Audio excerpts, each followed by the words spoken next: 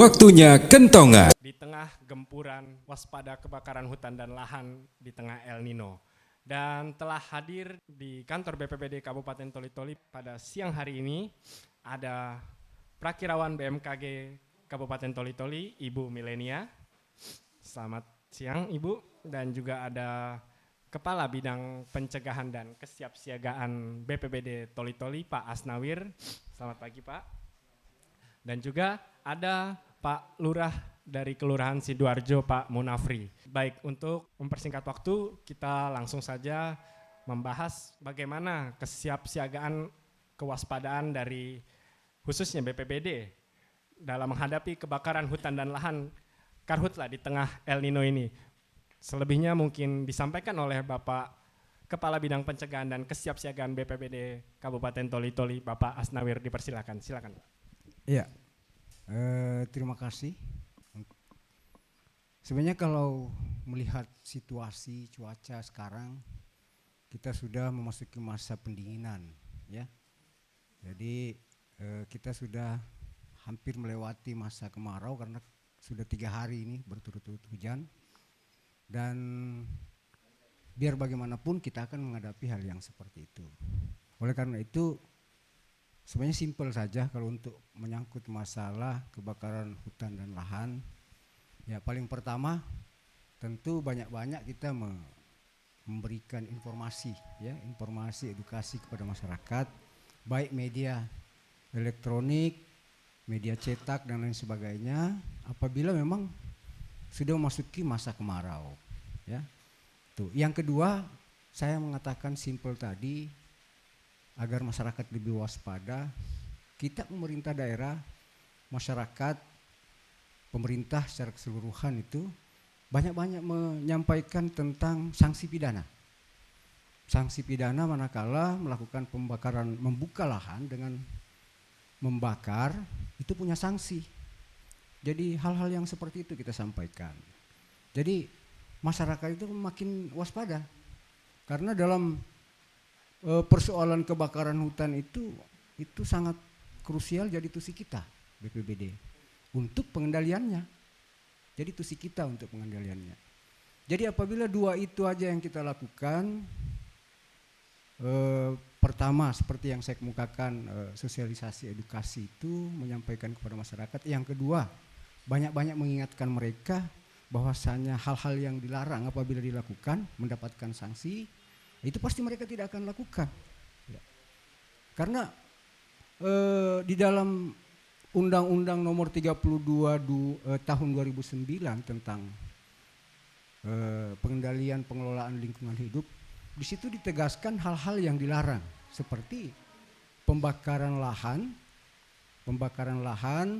apalagi di musim kemarau, ya, membuka lahan dengan cara membakar, itu kan hal yang dilarang.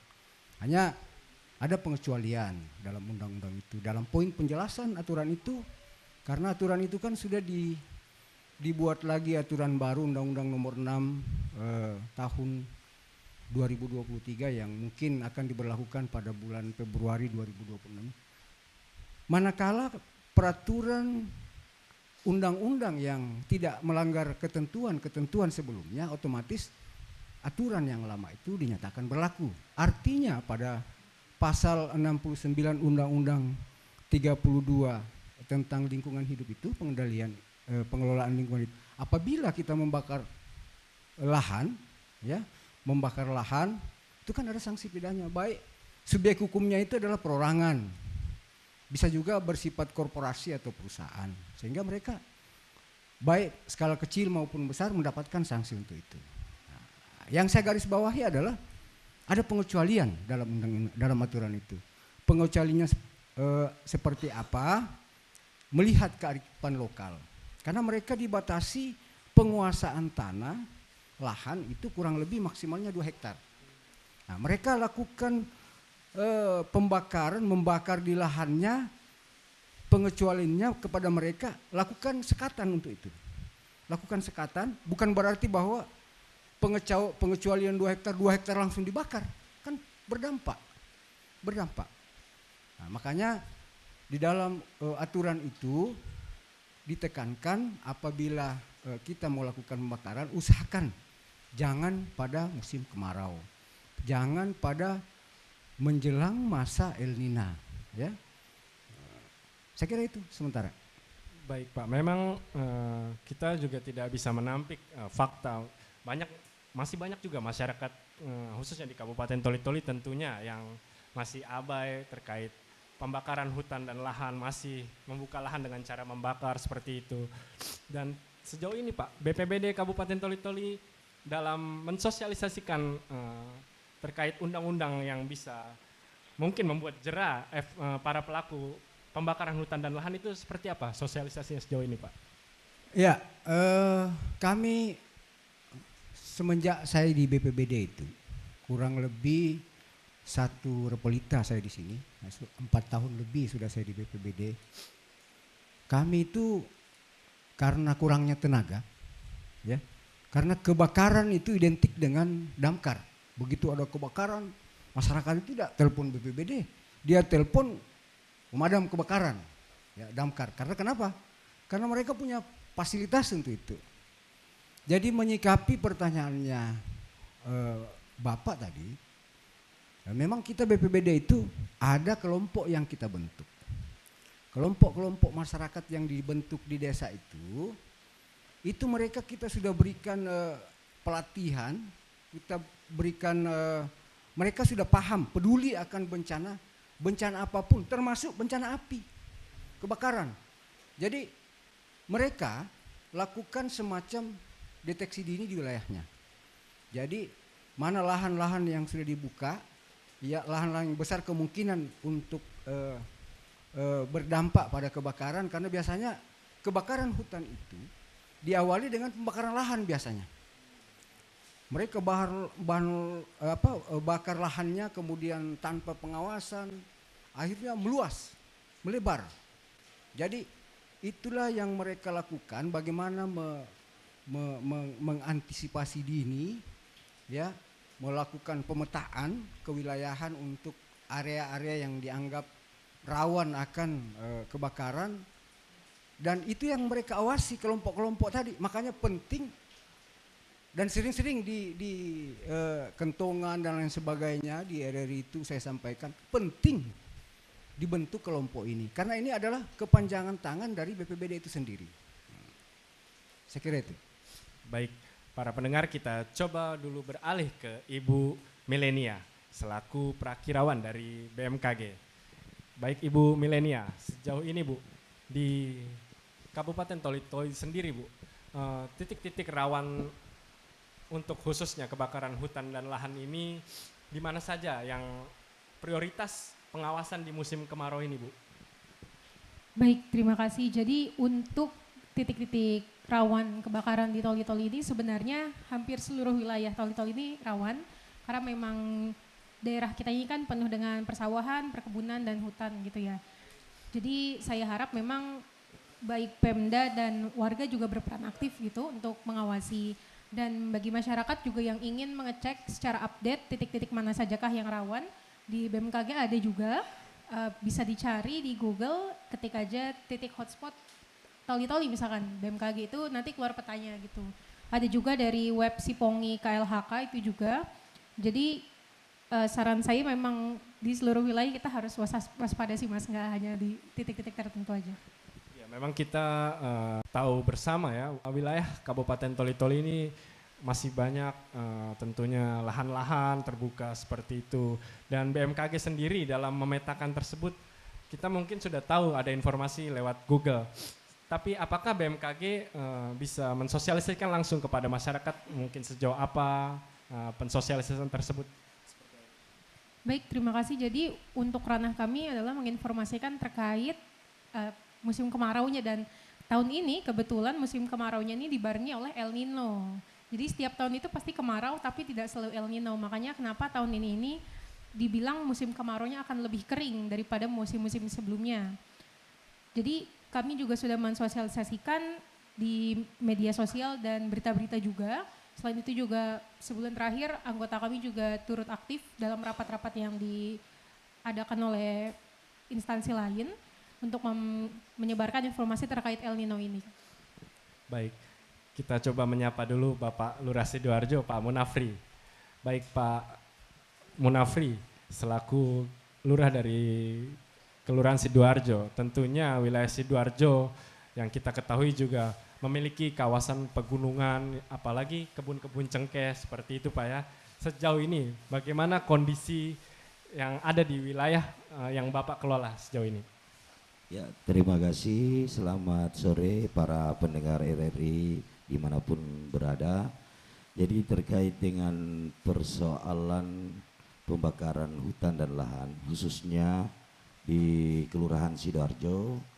Jadi perlu pendengar ketahui bahwa luas wilayah Kelurahan Sidoarjo 45.000 hektar. Di samping dari wilayah pesisir dan daratan kurang lebih sekitar 17.000 itu daerah pegunungan. Jadi tidak bisa dipungkiri bahwa di Kelurahan Sidoarjo daerah pegunungan itu berdekatan dengan pemukiman warga. Jadi pada prinsipnya kita selalu mengedukasi kepada masyarakat agar kiranya dengan kondisi sekarang jangan lagi membakar di area hutan. Karena kenapa? Karena yang paling prinsipil sekali yang biasanya terjadi pembakaran di hutan biasanya yang membuka lahan baru, sehingga bisa diindikasikan bahwa akan kalau tidak disampaikan dari awal kemungkinan bisa terjadi pembakaran hutan. Karena kalau berbicara area terbakar, jujur ini Sidoarjo ini sebenarnya luar biasa. Kemarin tahun 2020 di area Sidoarjo terjadi kebakaran yang mengakibatkan 143 rumah. Jadi dari peristiwa itu saya selaku pemerintah kelurahan tentu selalu mengindikasi kepada masyarakat agar kiranya jangan pun di gunung walaupun di area dataran kalau bisa jangan mengadakan pembakaran. Saya kira itu saja. Baik Pak Lurah, mungkin sejauh ini tadi yang disampaikan ada relawan-relawan yang dibentuk di beberapa daerah, dan di Kelurahan Sidoarjo sendiri Pak, sejauh ini kerjasama dengan kelurahan sendiri seperti apa Pak? Ya, jadi di Kelurahan Sidoarjo sudah pernah diadakan simulasi terkait dengan pencegahan dan pembakaran hutan walaupun dengan pemukiman. Jadi kami sudah bekerja sama dengan BPBD tahun kemarin sudah mengadakan simulasi terkait kesiapan apabila terjadi kebakaran. Baik, kita kembali lagi ke Pak Asnawir.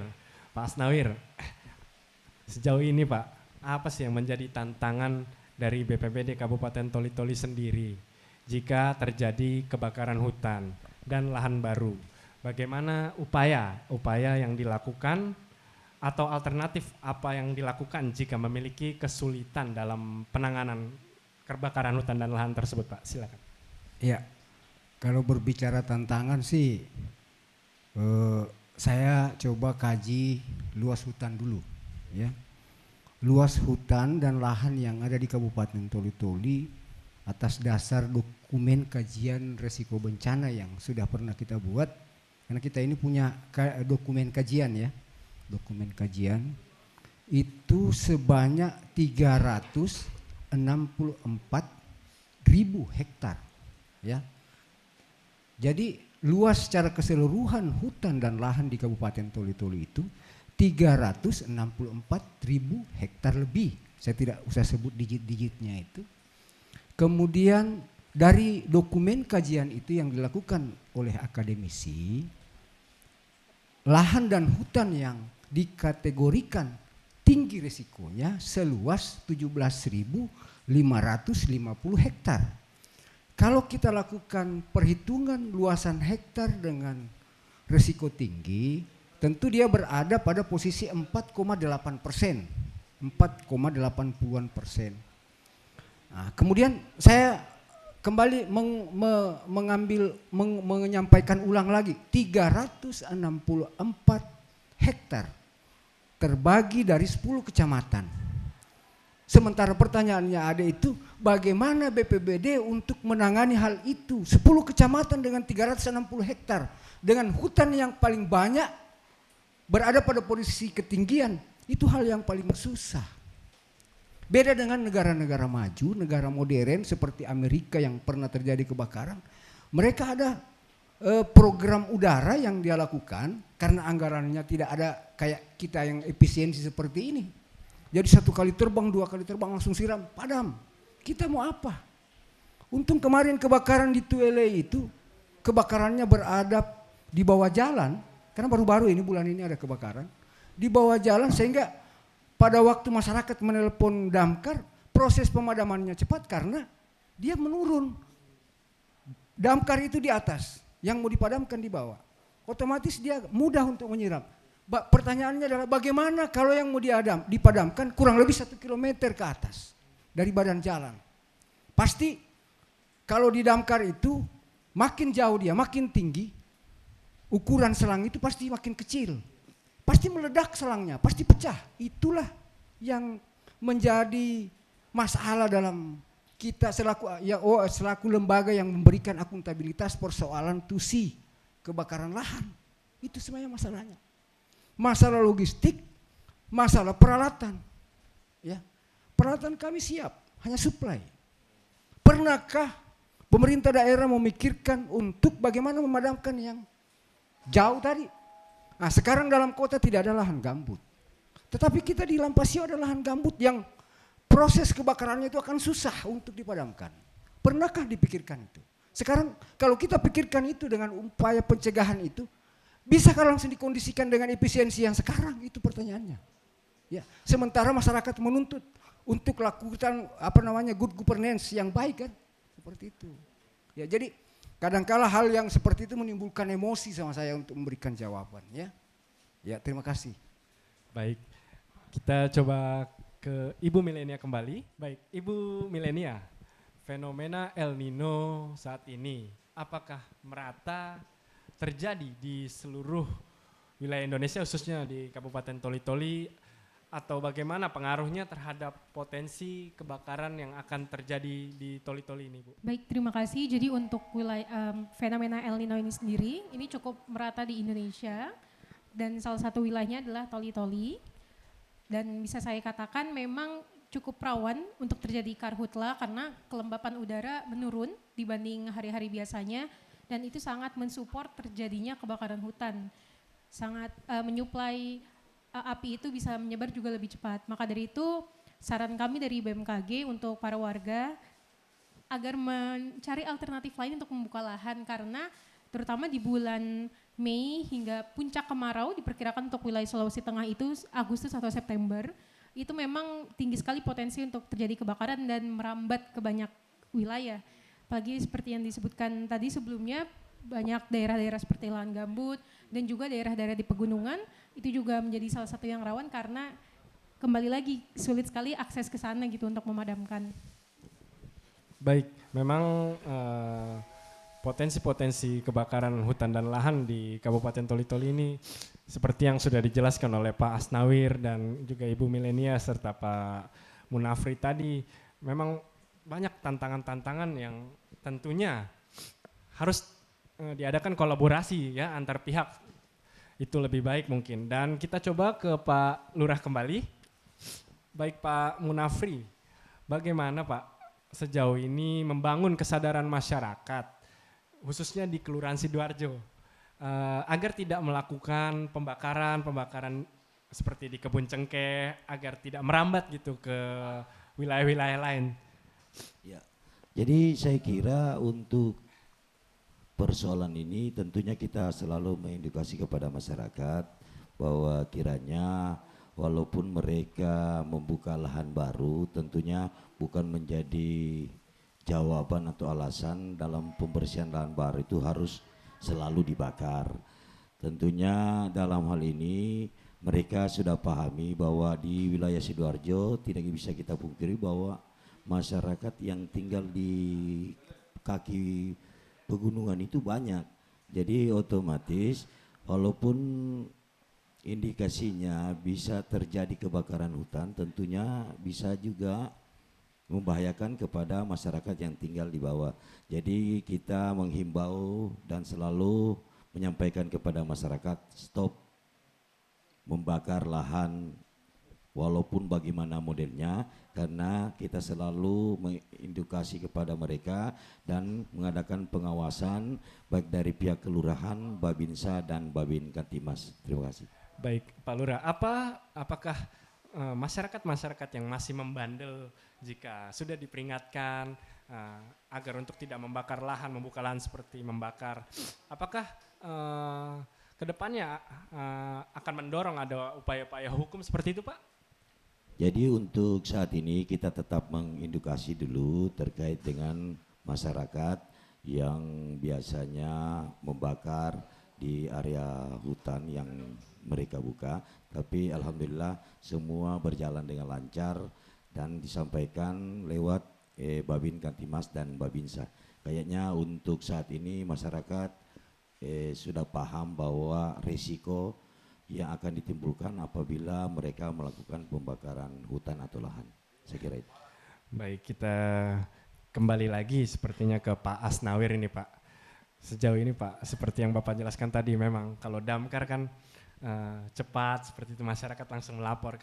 Kalau BPBD sendiri, Pak, sejauh ini di Kabupaten Toli-Toli terkait layanan tanggap darurat jika menerima laporan kebakaran dari masyarakat, apalagi dari wilayah-wilayah yang Bapak jelaskan sulit tadi, mungkin bisa dijelaskan seperti apa pelaksanaannya nanti, Pak? Iya, saya sudah mengungkapkan awal bahwa BPBD itu punya fungsi krusial, ya. Krusial itu berarti genting, bisa sifatnya genting, bisa penting, ya. Jadi karena krusialnya hal ini kita bagi 3 untuk pengendaliannya, pemanfaatannya, pengelolaannya. Yang pertama tentu kami dari BPBD melakukan upaya prabencana itu dengan melakukan pencegahan dan mitigasi. Ya. Pencegahan dan mitigasi itu di dalamnya ada sosialisasi, ada edukasi, ada pembentukan kelompok masyarakat peduli banjir, peduli api, peduli tsunami dan lain sebagainya. Nah, kemudian setelah pencegahan kita masuk pada prosesi kesiapsiagaan, dan kesiapsiagaan ini masih dalam kategori prabencana, ya, kesiapsiagaan. Jadi kita bisa lakukan patroli, bisa lakukan kerjasama dengan sektor terkait seperti TNI, Polri, dan Damkar. Dan yang kedua itu kita masuk pada proses tanggap darurat, ya, tanggap darurat bencana kebakaran, kebakaran api, kebakaran lahan, kebakaran hutan. Jadi dalam tanggap darurat ini BPBD itu sebagai koordinator. Jadi kita melakukan koordinasi dengan tim tadi, membentuk satu tim dalam melakukan pengendalian terhadap api, pengendalian terhadap lahan yang terbakar tadi. Jadi di situ sudah ada termasuk di dalamnya tim evakuasi, penyelamatan dan lain sebagainya. Nah, itu tahapan yang ketiga tadi. Kemudian tahapan yang keempat yang dilakukan oleh BPBD tentu pasca bencana. Pasca bencana itu di dalamnya kan kita kategorikan sebagai bentuk pemulihan kepada yang terdampak bencana. Kalaupun tidak ada yang terdampak bencana, mungkin ya kita hanya lakukan pendataan dan evaluasi. Tetapi kalaupun ada yang terdampak, tetap juga kita lakukan pendataan dan evaluasi, reportingnya. Setelah itu kita lakukan pemulihan, reportingnya kita buat laporan ke bupati selaku pembuat kebijakan di kabupaten, kepala wilayah. Seterusnya kita laporkan ke BNPB pusat. Nah, hal itu yang kita lakukan BPBD, saya kira itu. Baik, kita kembali lagi ke Ibu Milenia sekarang.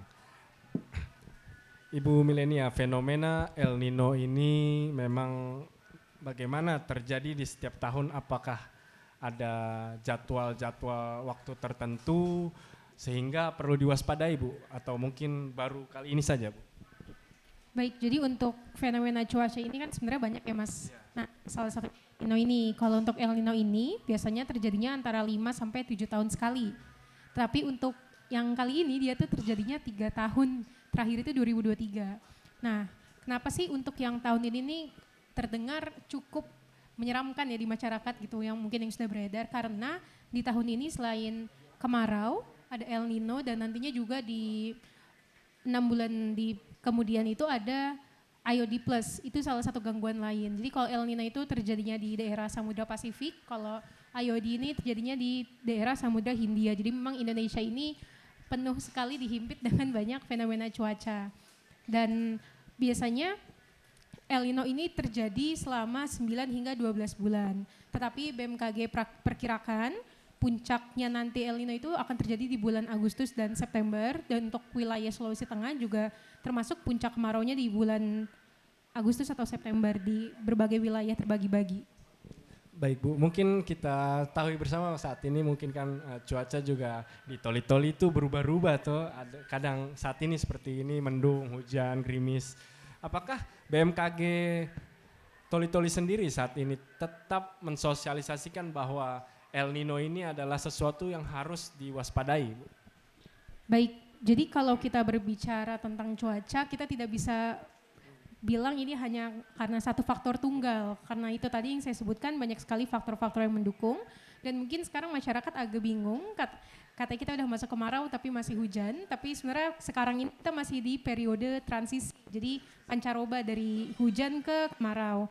Dan akhir-akhir ini di wilayah Sulawesi Tengah juga ada gangguan fenomena cuaca lain, yaitu namanya MGO. Jadi memang ya begitu banyak yang terjadi di atmosfer ini gitu. Jadi saran saya kepada masyarakat memang selalu up to date kepada info-info BMKG, bisa dari Facebook kami BMKG Toli-Toli atau aplikasi info BMKG, karena di sana jika memang ada peringatan dini cuaca pasti selalu kami sampaikan. Baik, kita kembali lagi nih ke Pak Lurah. Pak Lurah, bagaimana Pak sejauh ini Pak koordinasi yang dilakukan bersama masyarakat, utamanya di tingkat RT RW dalam melaporkan kejadian-kejadian kebakaran hutan sehingga tanggap darurat secepatnya bisa diantisipasi atau dilakukan seperti apa Pak? Ya, terima kasih. Jadi untuk wilayah Sidoarjo saat ini untuk area pegunungan tetap kami sosialisasikan baik lewat RT, RW, Babin Katimas dan Babinsa, karena sama dengan yang saya sampaikan tadi bahwa tidak bisa dipungkiri bahwa masyarakat Sidoarjo masih ada beberapa kakak itu yang tinggal di memang area pegunungan. Jadi tentunya dengan kondisi seperti itu tetap kita harus selalu mengindikasi kepada masyarakat agar kiranya setiap kegiatan baik sifatnya membuka lahan tentunya jangan selalu beranggapan bahwa setiap pembersihan itu harus diadakan pembakaran. Jadi karena yang ditakutkan efek negatifnya nanti karena ini termasuk masuk daerah pemukiman yang di bawah area pegunungan, sehingga masyarakat yang tinggal di sana tetap kita koordinasikan dan kita sampaikan melalui RT RW setempat. Saya kira itu. Untuk proses mungkin jika ada kejadian misalnya di suatu daerah di Kelurahan Sidoarjo, apakah ada kebakaran hutan dan lahan, apakah tentunya sebagai lurah mendorong masyarakat yang ada di RT RW tersebut melaporkan ke BPBD atau bagaimana Pak?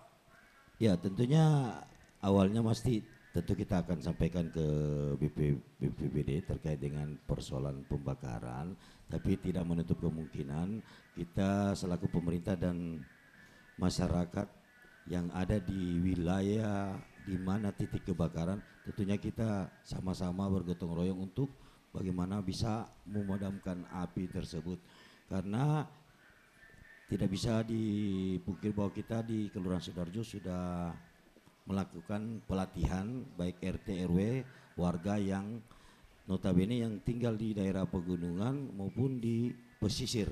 Jadi kita sudah pernah adakan pelatihan untuk persiapan ketika terjadi kebakaran. Saya kira itu. Baik. Kita coba kembali lagi ke Pak Asnawir ini, Kepala Bidang Pencegahan BPBD. Pak Asnawir, sejauh ini Pak, bagaimana Pak data untuk penanganan dari BPBD di tahun 2025 lalu hingga sekarang saat ini, atau kejadian karhutla Pak? Ya, terima kasih ya. Kalau saya selaku Kepala Bidang Pencegahan dan Kesiapsiagaan, itu banyak kegiatan saya itu pra. Jadi kalau dalam istilah mitigasi, saya itu banyak mengerjakan mitigasi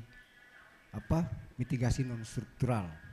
Ya, kalau bidang yang lain, bidang 3 itu ada yang namanya rehabilitasi dan rekonstruksi, itu begitu pula kedaruratan, mereka banyak dalam kegiatannya itu melakukan mitigasi struktural. Nah, itu perbedaan kita. Tetapi di lingkup BPBD untuk hal seperti itu banyak dia masuk informasinya ke bidang 2. Tetapi untuk tahun 2025 sepertinya untuk kebakaran lahan dan hutan tidak ada. Namun di tahun ini ada kebakaran, ada berapa 2 tempat kalau tidak salah. Itu sudah masuk pada El Nino, termasuk di Tuelei ya. Tuelei kurang lebih 2. Artinya dari lahan yang dikategorikan tinggi tadi risikonya seluas 17.000 sekian hektar, alhamdulillah kesadaran masyarakat untuk lebih waspada kelihatannya lebih besar. Karena membandingkan jumlah lahan yang terbakar itu ya terbilang sedikit lah. Jadi memang betul-betul lumayan sadar masyarakat kita untuk itu. Nah, kemudian saya juga ingin menambahkan satu hal. Tadi kalau kita mendengarkan apa yang disampaikan Pak Lurah, kemudian juga yang saya sampaikan, berarti sudah pasti orang tidak bisa membakar. Ya. Bodoh, jangan sampai membakar, akan menimbulkan hal, bukan seperti itu sebenarnya. Nah, jadi jangan membakar di saat musim kemarau. Tetapi kalau di luar musim kemarau, silakan membakar, karena aturan itu mengatur juga. Tetapi ada pengecualian. Kamu bakar lahanmu itu, tetapi siapkan sekatan. Sekatan ya, jangan sampai yang kau bakar itu berdampak pada lahannya orang. Nah, dalam aturan itu kan diatur pada penjelasan Undang-Undang Nomor 32 Tahun 2029 Pasal 69 poin penjelasan Undang-Undang Pengendalian Pengelolaan Lingkungan Hidup itu dilarang membuka hutan dengan membakar. Dilarang membuka hutan dengan membakar. Tetapi kalau sudah terbuka lahan itu, kita mau bakar tidak apa-apa, tetapi upayakan sekatan. Jangan sampai nanti kamu bakar berdampak pada hutan yang ada di dekatnya.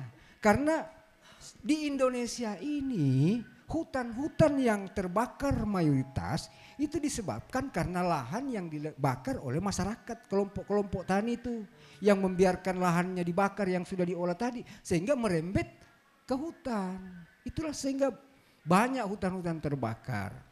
Karena ada juga yang hutan terbakar itu barangkali 1-2 karena faktor alam. Faktor alam misalkan petir ya, terjadilah kebakaran di tengah-tengah hutan. Nah, itu kurang sedikit, tetapi faktor yang penyebabnya oleh manusia itu sendiri itu yang paling banyak. Makanya tadi saya kemukakan bahwa untuk menekan itu, mari kita coba kita sering-sering menyampaikan kepada mereka bahwasanya apabila kita membuka lahan dengan membakar, tidak lakukan pengawasan akan mendapatkan sanksi.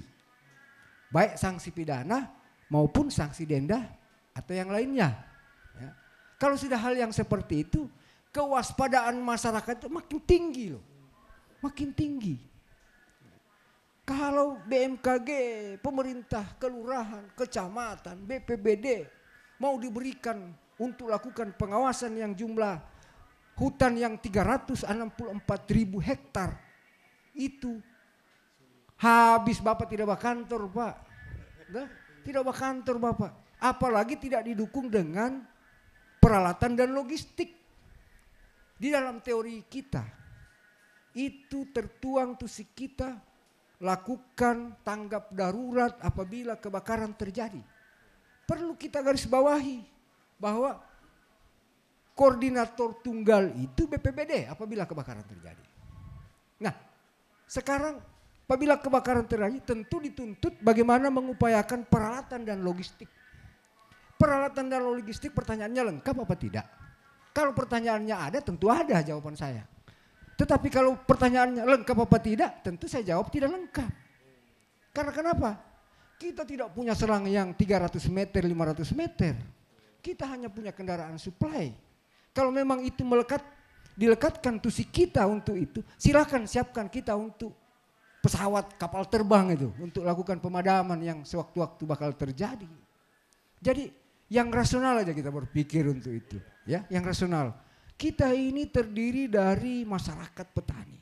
Tentu kalau masyarakat petani, mereka pasti karena kearifan lokal tadi, tentu mereka dibatasi dengan penguasaan lahan kurang lebih 2 hektar. Bagaimana menekan terjadinya kebakaran lahan? Mari kita sampaikan kepada mereka, lahan yang kamu kuasai atas dasar kearifan lokal itu, tolong jangan sampai terjadi kebakaran lahan merembet kepada hutan yang ada di dekat lahan yang kamu buka itu. Bagaimana caranya? Bakarlah sedikit. Undang-undang memberikan larangan untuk itu, kemudian juga membuat sedikit pintu untuk ruang Bapak lakukan pembakaran. Tetap dengan catatan, dijelaskan dalam aturan pada poin penjelasan undang-undang itu. Buatkan sekatan. Artinya bersihkan di lingkungan yang ada yang kamu bakar itu kurang lebih 4-5 meter, kemudian di tengah-tengahnya bakar sedikit demi sedikit, step by step, langkah demi langkah kau lakukan. Insya Allah tidak akan berdampak kepada lahannya orang dan tidak akan berdampak pada hutan yang ada di sekitar kita. Iya. Baik, itu penjelasan yang sangat menarik tadi dari Pak Asnawir, Kepala Bidang Pencegahan dan Kesiapsiagaan BPBD Kabupaten Toli-Toli. Dan para pendengar dan pemirsa dimanapun Anda berada, tetap bersama kami karena kami harus jeda dulu sejenak untuk saat ini.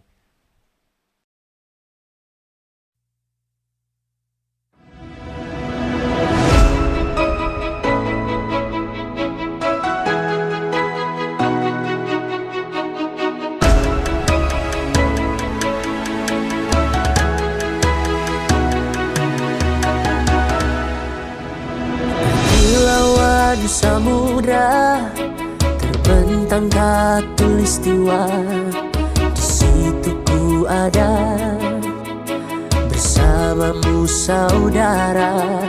Beragam warna kita, suku tak selalu sama. Kau aku Indonesia yang disatukan karena cinta. Karena kita Indonesia, jangan pernah terpecah belah.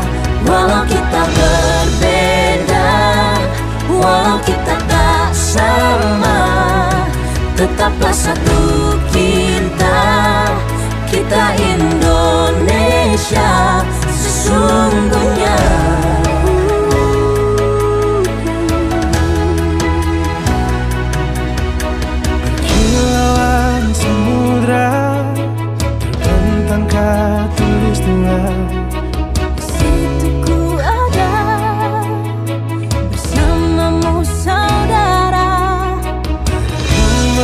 Kita suku tak selalu sama. Kau aku Indonesia yang disatukan karena cinta.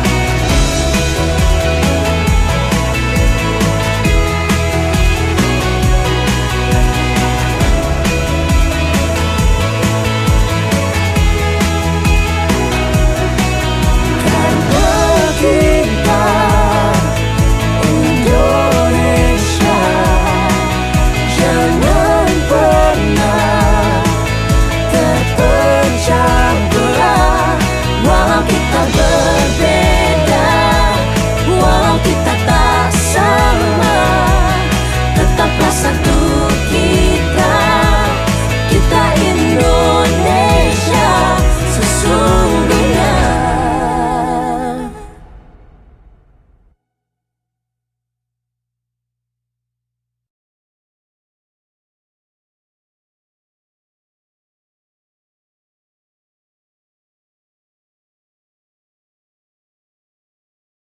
Baik para pendengar dan pemirsa RRI dimanapun Anda berada, masih bersama saya Alfiansah di talk show dengan tema waspada kebakaran hutan dan lahan di tengah El Nino. Masih di kantor BPBD Kabupaten Toli-Toli dan seperti biasa masih ada narasumber dari Pak Lurah Sidoarjo, Pak Munafri, dan juga masih ada Kepala Bidang Pencegahan dan Kesiapsiagaan BPBD Kabupaten Toli-Toli Pak Asnawir, dan juga Prakirawan BMKG Toli-Toli Ibu Milenia. Baik, Pak Lurah, sebenarnya apa upaya pemerintah Kelurahan Sidoarjo agar kebakaran yang besar seperti terjadi beberapa tahun lalu dapat dicegah dan tidak terulang, Pak? Jadi untuk kejadian yang dialami oleh masyarakat Kelurahan Sidoarjo pada tahun 2020 itu karena kewaspadaan dan kurang hati-hatinya masyarakat, terutama terkait dengan kurangnya indikasi bahwa setiap mereka keluar atau berlibur itu gas LPG-nya itu dia tidak buka dia punya jadi itu mengindikasi bisa terjadinya kebakaran. Kemudian instalasi listrik yang memang sudah lama kemudian tidak diperbarui dan terjadi pemadaman listrik masih menggunakan lilin, jadi sehingga itu yang menyebabkan kemarin terjadi kebakaran di Kelurahan Sidoarjo. Baik, kita langsung bergeser ke Pak Asnawir lagi nih. Pak Asnawir, bagaimana Pak dukungan anggaran terkait penanganan bencana dan pasca bencana untuk Kabupaten Toli-Toli? Silakan Pak. Ya, kalau berbicara anggaran sih, ya untungnya kita ini di BPBD ada beberapa orang yang digaji oleh negara. Karena digaji oleh negara, kita banyak-banyak bekerja tidak melihat anggaran. Tiba-tiba kebakaran, dituntut kita untuk turun, ya turun. Nah, cuma yang jadi persoalan mereka yang tidak digaji oleh negara. Tetapi saya lihat di BPBD karena sudah jadi terbiasa melekat pada diri mereka tentang tusinya itu, mereka ditugaskan tidak pernah melihat itu. Karena ya alhamdulillah ada fasilitas sedikit mendukung mereka, turun ke bawah ada kendaraan roda 2, ada kendaraan roda 4, sehingga kejadian-kejadian yang terjadi di beberapa kecamatan dapat dihasilkan hasil asesmennya mereka untuk dilaporkan ke Kalak, seterusnya ke Bupati dan BNPB. Jadi walaupun seperti itu, anggaran yang boleh dikata tahun 2025-26 terlalu susah ini dengan efisiensi dan lain sebagainya. Saya saja sendiri yang kemarin di bidang saya kelola sampai sekian ratusan, ya itulah apa namanya klasik. Setiap kita bergerak pasti alasannya itu. Setiap kita bergerak klasik alasannya anggaran. Karena memang sudah seperti itu efisiensi yang terjadi ini. Ya, terima kasih. Baik, memang tentunya efisiensi ini membuat kita lebih berputar otak kembali Pak terkait kegiatan-kegiatan seperti penanganan kebakaran hutan dan lahan khususnya di Kabupaten Toli-Toli. Iya, tidak semuanya, termasuk BMKG, Pak Lurah seperti itu. Nah, di kelurahan itu lebih parah lagi. Karena 4-5 tahun yang lalu pengelolaan anggaran di kelurahan itu mereka mandiri. Artinya mereka lakukan RKA sendiri, DPA sendiri, dikelola sendiri. Tetapi sekarang pengguna anggaran mutlak kecamatan. Jadi mereka selalu ibaratkan ya kurang lebih mencari muka terus lah sama Ibu Camat selaku pengguna anggaran. Beda dengan yang kemarin-kemarin. Mereka ajukan ke DPR, mereka ajukan ke Pemda. Kalau dia diajukan 200 juta turun ke bawah. Siapa yang berani, siapa yang nekat, siapa yang punya nyali itu yang dapatkan. Tapi sekarang apa? Mereka kurang menunggu apa yang dari kecamatan, ya itulah yang dia lakukan. Nah, itulah perbedaannya dulu dengan sekarang. Iya. Baik, kita coba kembali ke Ibu Milenia. Ibu Milenia, sejauh ini bagaimana Bu langkah update perbaharuan informasi cuaca yang dilakukan oleh BMKG Kabupaten Toli-Toli kepada masyarakat, khususnya publikasi-publikasi di media sosial, Bu? Baik, jadi kami juga secara aktif memberikan informasi kepada masyarakat melalui sosial media kami, yaitu di BMKG Toli-Toli, ada di Facebook, ada di Instagram juga. Kemudian kami juga selalu mengupdate informasi jika ini di luar tentang karhutla aja ya, maksudnya tentang gempa, tentang cuaca, kami semuanya update juga di media sosial kami. Selain itu juga melalui RRI juga kan, kami juga setiap pagi menyiarkan terkait perakiran cuaca untuk hari ini. Jadi kami harapkan juga teman-teman di rumah juga mengikuti kami di media sosial itu, Mas. Para pendengar dan pemirsa RRI dimanapun Anda berada, kita berada di penghujung talk show kita pada kesempatan kali ini, yakni waspada kebakaran hutan dan lahan di tengah El Nino. Dan di ujung dialog ini kami mempersilahkan untuk para narasumber memberikan closing statement-nya terkait tema kita pada talk show kali ini. Mungkin dari Pak Lurah Sidoarjo, Pak Munafri bisa memulai memberikan closing statement-nya terkait tema dialog kita pada kesempatan kali ini. Ya, terima kasih. Jadi saya mewakili pemerintah Kelurahan Sidoarjo mengharapkan mengindikasi kepada seluruh warga agar kiranya stop pembakaran hutan dan lahan dalam bentuk apapun, karena bisa mengambil resiko kepada wilayah-wilayah dan tempat penduduk yang tinggal di area pegunungan. Karena jujur Kelurahan Sidoarjo masih banyak masyarakat yang tinggal di daerah pegunungan. Jadi untuk saat ini stop pembakaran hutan dan lahan apapun bentuknya. Terima kasih. Baik, itu dia tadi pesan dari Pak Lurah Sidoarjo, Pak Munafri, stop kebakaran untuk pembakaran hutan dan lahan. Dan kita beralih ke Pak Asnawir, Kepala Bidang Pencegahan dan Kesiapsiagaan BPBD Kabupaten Toli-Toli. Silakan dengan closing statement-nya, Pak. Ya, terima kasih. Saya memberikan closing statement kepada seluruh lapisan masyarakat bahwasanya lihatlah situasi, lihatlah iklim.